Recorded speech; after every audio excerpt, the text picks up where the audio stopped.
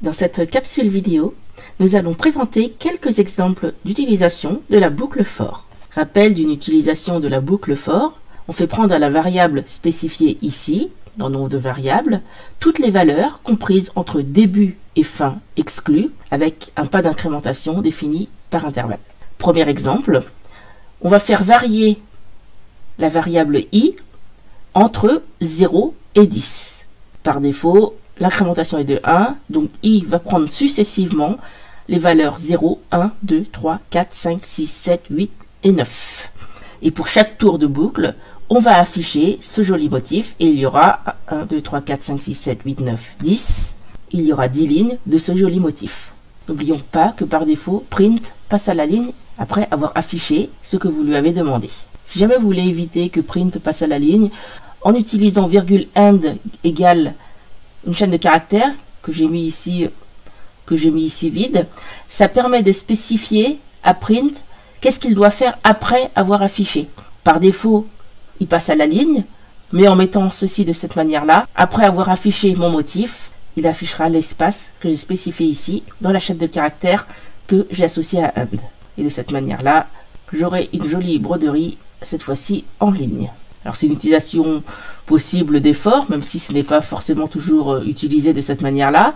On va prendre un autre exemple, un peu plus calculatoire. Donc imaginons que je veux afficher la table de multiplication des 3, en faisant 3 x 1, 3 x 2, 3 x 3, etc. Donc en faisant varier un nombre entre 0 et 11 exclus, c'est-à-dire entre 0 et 10 inclus. Alors je vais afficher 3 fois le nombre est égal à le résultat du calcul de 3 fois ce nombre-là, effectivement. Alors, i va valoir successivement 0, 1, 2, 3, 4, 5, 6, 7, 8, 9, 10. Donc, si on déroule, on affiche table de multiplication de 3. 3 fois 0 égale 0. 3 fois 1 égale 3. 3 fois 2 égale 6. 3 fois 3 égale 9, etc. Jusqu'à 3 fois 10 égale 30. Et enfin, j'écris table terminée.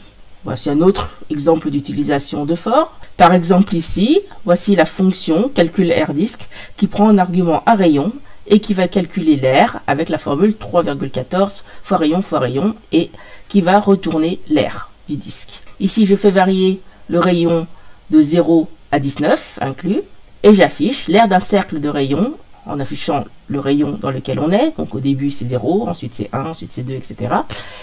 Et on appelle la fonction calcul air-disk avec ce rayon-là. Alors testons à présent ce programme. Je lance le programme et je vois bien que le rayon a bien varié de 0 à 19 et pour chacune de ces valeurs, la fonction calcul air-disk a été appelée et l'air calculé a été retourné et affiché à l'aide du print à l'écran.